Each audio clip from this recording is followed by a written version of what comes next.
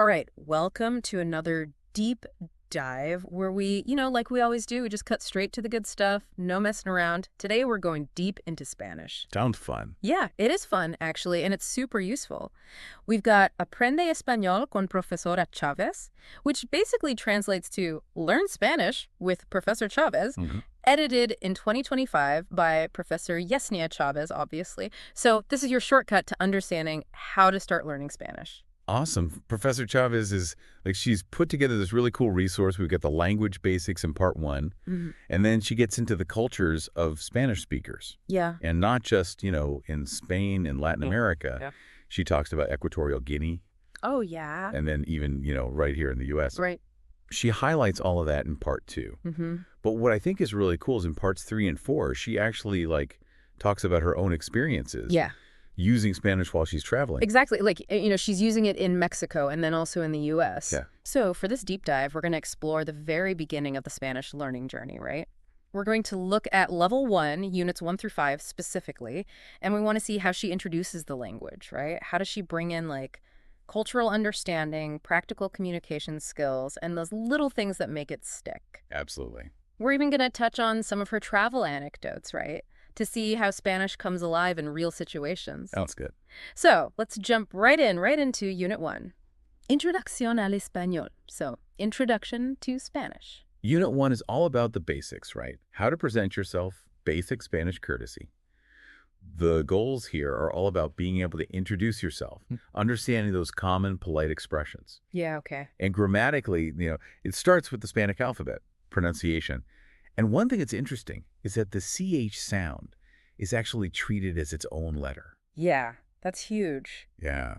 Recognizing that CH is its own sound, not just a combination of two English letters, is going to be crucial. Absolutely. For getting that right pronunciation. This unit also covers all of the greetings and farewells, right? The must-know phrases. Hola, buenos días, buenas tardes, buenas noches, all those different greetings. And then the different goodbyes, right? Like adios, hasta luego, chao, nos vemos, even hasta mañana. Yeah. Plus, it gets into that foundational verb ser to be in the context of, talking about who you are. Like, yo soy, right? Exactly. And what's great about this is she immediately integrates cultural understanding. Yeah. So even in this very first unit, she's emphasizing how diverse Spanish-speaking countries are. And giving you a glimpse into the social practices of how people greet each other. Yeah. In Latin America, in Spain. Yeah. So that's huge. Yeah. It's not just memorizing words and rules, it's about the culture. Yeah, absolutely. It's not just the nuts and bolts. I love that she also brings in art and music too. You encounter, iconic artists like Frida Kahlo and Diego Rivera. She mentions the traditional Mexican song La Bamba. And there's even a suggested activity to create a presentation card in Spanish, right? The tangible way to apply what you're learning. Yeah, for sure. And there are some really cool things that she does in the exercises. For example, she just straight up asks, which Spanish letter sounds like che? Right. And it's CH, right? It's just getting straight to the point. Yeah. I like that. And then she has exercises that make you think about, okay, identify words that contain a certain letter.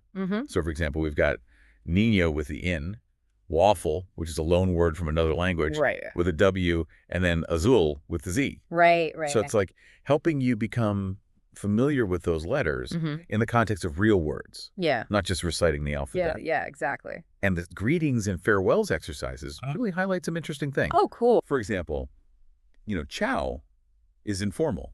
Right. Nos vemos literally means we see each other. Yeah. But it functions as see you. Right.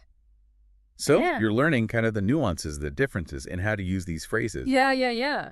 And perhaps one of the biggest things she introduces early on is the distinction between ser and estar. Oh, yeah. Which both translate to be in English, but they're used in very different ways. Right. So she gives examples. Yo soy estudiante. I am a student. You use ser there. But el café está caliente, the coffee is hot, you use estar. Right. So that difference between a more permanent identity Exactly. versus a more temporary state. Exactly. Yeah. So think of ser as who or what something is. Right. Estar is how or where it is at a specific point in time. Right. And she gives those examples. Mi hermana es médica. My sister is a doctor. That's a profession. La biblioteca está al lado del parque. The library is next to the park. Right. So that's location. Yeah. So it's not just memorizing the forms of the verbs, but understanding the kind of the logic behind them, right? Exactly. Yeah. So, Unit 2, la familia y los amigos. Family and friends. Family and friends. Okay, so now the focus is on being able to talk about the people in your life. Exactly. The key grammatical points here are the verb tener, to have, and possessive adjectives. Mimis, my, tus, your informal singular, susus, his, her, it's your formal singular, or your, their formal plural, nuestra, nuestros, our. And those are the essential building blocks for talking about relationships. And the core vocabulary here includes family members, madre, padre, hermano, hermana, abuelo, abuela. Yeah. And some basic descriptive adjectives like, alto, bajo, simpático, inteligente. So you're building that vocabulary of people around you. Exactly. And again, she highlights a key cultural element. Okay. The importance of family in Hispanic cultures. Right. Yeah. This is not just like a side thing. This is like a theme. Yeah. Right. Language reflects values. Right? Yeah. And she connects it to art and music again. Okay. Mentioning paintings depicting Hispanic families. Yeah. The song Los Pollitos Dicen, the little chicks say. Right. It's a classic. Right. And there's a suggested activity here, creating a family tree in Spanish. Another way to use what you're learning. Yeah, that's good. Right. It's good to apply it. And the illustrative exercises are pretty straightforward. Yo tengo una familia pequeña. I have a small family. Very simply showing how to use tenor and then using the possessive adjectives in everyday phrases. So, nuestra abuela, sus padres, tus primos, mis sobrinos, mi tío, tenemos una casa grande, using all those words Yeah. to show possession. Okay, so Unit 3 takes us to la vida cotidiana. Daily life. Daily life. All right, so now we're getting into talking about routines and schedule. Exactly. Yeah. The core grammar here is the present tense of regular verbs. So those are, ir endings with examples like trabajar, estudiar, comer, jugar. And also, this unit introduces adverbs of frequency like siempre, nunca, and a veces. Right. Really important for describing how often you do something. Yeah. So the useful vocab expands to include those common daily activities, days of the week, and times. Yes. Right. Being able to say, comer, estudiar, trabajar, jugar, and knowing those days, lunes, martes, miércoles, really allows you to start talking about kind of your everyday stuff in Spanish. Yes. And then she, again, has that cultural note in this unit that is really insightful. She points out the different meal times in different Spanish-speaking countries. Yeah. For example, in Spain, lunch is often a larger meal later in the day. Yeah. It's around 2 or 3 p.m., I think. Right. Whereas in many Latin American countries, lunch is often the most important meal of the day. That's true. So, that's a cool little cultural tidbit there. And she continues to bring in art and music. Yes. With a poem, Cultivo una rosa blanca, I Cultivate a White Rose, by Jose Martí, and then an intro to flamenco music. Nice. And the suggested practical activity is to write your daily schedule in Spanish. Yeah, that's a good one. Yeah. And the examples she gives really bring this to life. So, we see, yo desayuno a las 7 de la mañana. Ellos trabajan en la oficina. Tú estudias matemáticas. Right. And then she gives examples of adverb usage, right? Yes. Like, yo siempre como con mi familia. Ellos a veces juegan fútbol.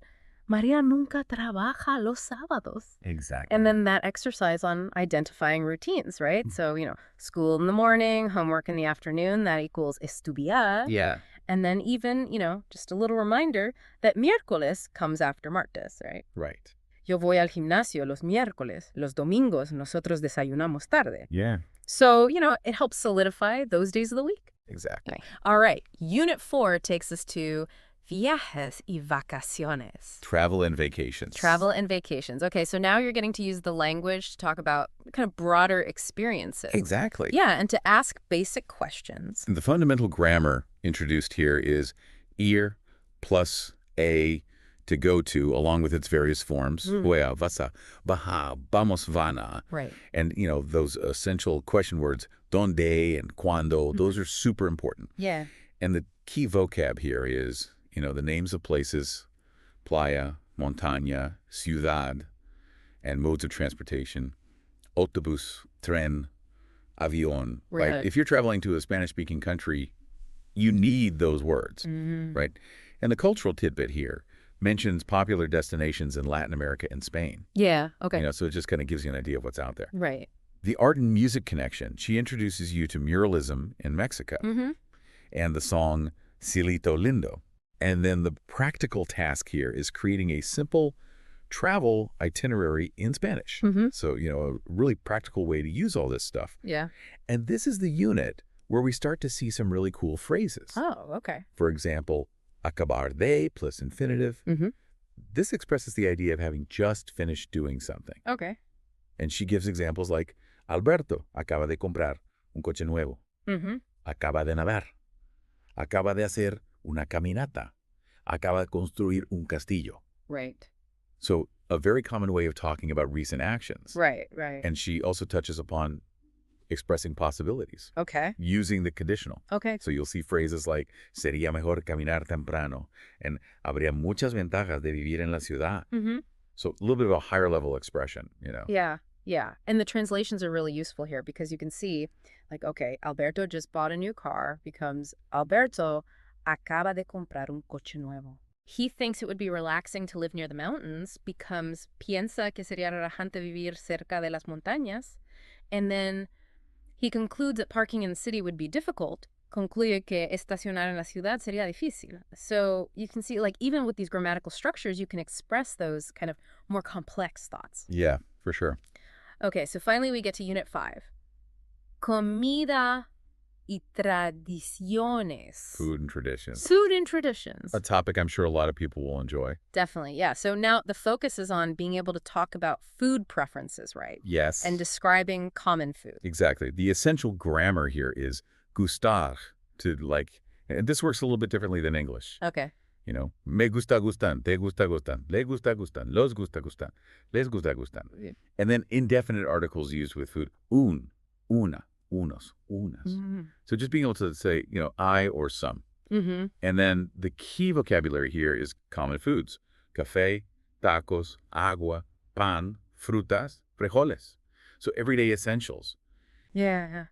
The cultural note here introduces the idea of food traditions within Spanish-speaking cultures, even if it doesn't go into specifics. Right. It just kind of sets the stage for how important food is. And, they mentioned potential art and music connections, but the source material doesn't actually give any specific examples here. Okay.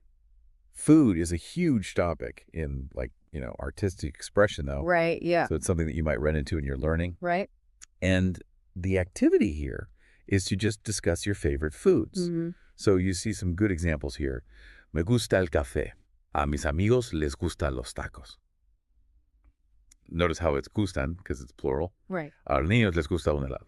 So the difference between gusta and gustan is, singular versus plural. Right. And then the use of indefinite articles. Voy a comprar un pan. ¿Quieres unas frutas? Siempre hay unos frijoles. So showing you how to use those. Yeah. And then this one's it's like a matching preferences. So Itachi likes cafe, celebridades like flowers, nosotros like tacos. Yeah. So reinforcing the vocabulary and then the use of gustar. Yeah. And then finally, just those helpful translations. I like bread and coffee for breakfast becomes me gusta el pan y el café para el desayuno. And then they like water and fruit in the summer is ellos les gusta el agua y la fruta en el verano. So you can see that even in these first 5 units, you've gotten a great foundation. Yeah. Right. Yeah. And you're also getting those glimpses into the culture. Yeah. Yeah, which is really valuable. And I love that she doesn't just keep this, in the classroom. Right. She includes these sections about her travels in Mexico and the USA. Right. It really brings the language learning to life, right? Yeah. So part 3 is all about Mexico. And part 4 is about her experiences in the U.S. Exactly. And these aren't just, boring accounts of places she went to. Right. These are real situations where she had to use her Spanish. Yeah. And it's just really cool to see the language being used in so many different contexts. Right. So in Mexico, for instance, she talks about meeting famous people, Juan Gabriel, Marco Antonio Solis, Posada, and Bronco. Oh, wow. It's just like, imagine you're learning Spanish and then you're witnessing these real interactions. Yeah. It's really inspiring. Absolutely. And then in the U.S., she mentions, all these different places, Boston, Las Vegas. It just shows you how widespread Spanish speakers and Hispanic culture are Yeah. right here in the U.S. So it's not just some distant travel goal. Right. It's about connecting with, a part of our own society. Absolutely. So as we wrap up this initial deep dive into, learning Spanish with Professor Chavez's level 1 materials, what would you say are the big takeaways? Well, even at this early stage, learning a new language, Yeah. it's so connected to understanding its culture. It's not just about, memorizing the grammar or words in a vacuum. Yeah. It's about seeing how those function in the culture, Right.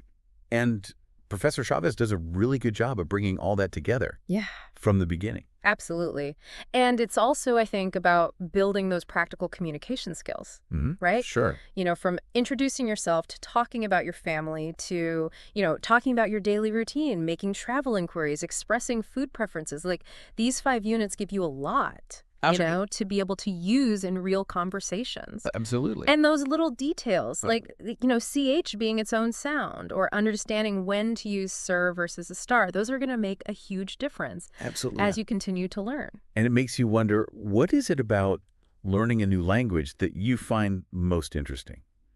Is it the grammar, the vocabulary, the cultural insights, the possibility of travel and connecting with new people? Yeah, or maybe even like exploring some of the cultural references we mentioned, like listening to La Bamba or learning more about those social greeting customs. Yeah, for sure. Yeah.